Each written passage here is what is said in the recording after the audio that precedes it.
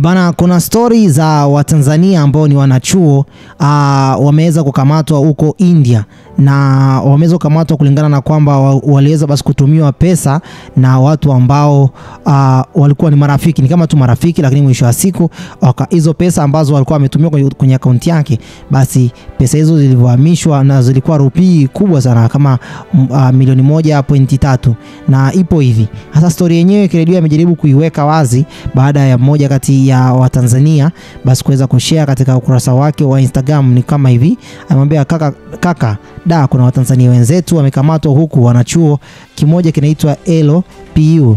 Asa story ni kwamba this guy walikuwa wanahifadhi pesa za watu ambao na wao ni Watanzania. Chuo ni Lovely Professional University.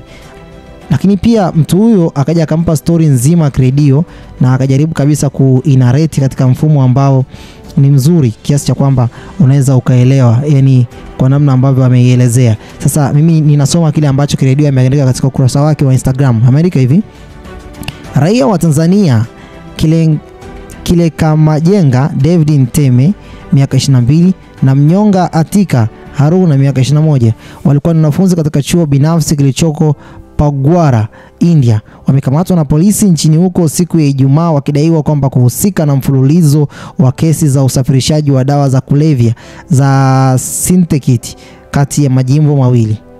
Ripoti zinaonyesha kuwa kuna watu walikamatwa kwa ajili ya kesi hiyo kabla, ikiwemo Mohamed Shamil, na kwenye uchunguzi wa polisi walibaini kwamba mtuhumiwa huyo alihamisha kiasi kikubwa cha fedha kwenda kwenye akaunti za Watanzania hao siku chache nyuma kwa ajili ya biashara hiyo ya dawa za kulevya. Mkuu wa polisi wa Kaputala Gauvar Tora alisema kuwa kikosi maalum cha polisi wa Kerala kilishirikiana na polisi kufanya msako katika makazi ya wapangaji karibu na chuo walichokuwa wanasoma, ambapo raia hao wawili wa kigeni walikamatwa, ni raia wa Kitanzania. Washukiwa hao walikuwa wakitafutwa na kesi inayohusiana na dawa za kulevya iliyosajiliwa Januari mwaka huu. Washukiwa hao wana miamala zaidi ya rupii milioni 1.3 katika akaunti zao za benki, alisema. Wanafunzi wanaopatikana nchini India wanasema kwamba watuhumiwa hao wawili walikamatwa na wanaohisiwa ni wapenzi wao walikuwa wanapokea hela na kuhifadhia wenzao bila kujua zinatoka wapi.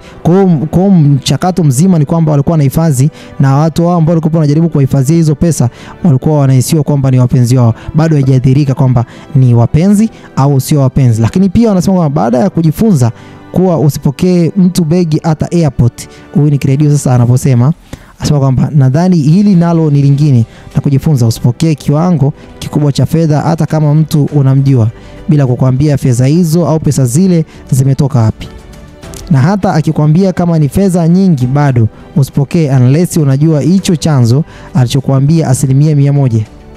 Anyway, sijui hata wanasaidikaje hawa, ila wenzao wanajaribu kutoa taarifa ili waone kama wanaweza kuwasaidia. Bana, kesi za madawa kwa hivi sasa ni moja kati ya kitu ambacho kimekuwa kikiwa ni chanzo kikubwa sana cha baadhi ya watu kuwa katika hali mbaya, yani kuwa katika mikono ya sheria.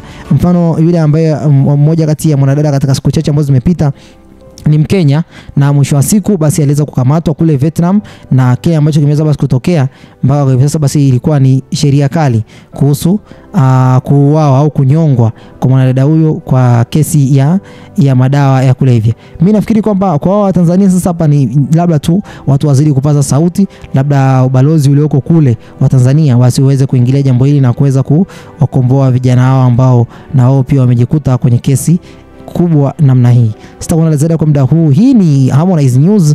Hapa ndipo sehemu ambapo tuje kupata vyote vile ambavyo tunapatikana katika mitandao ya kijamii. Bye bye for now.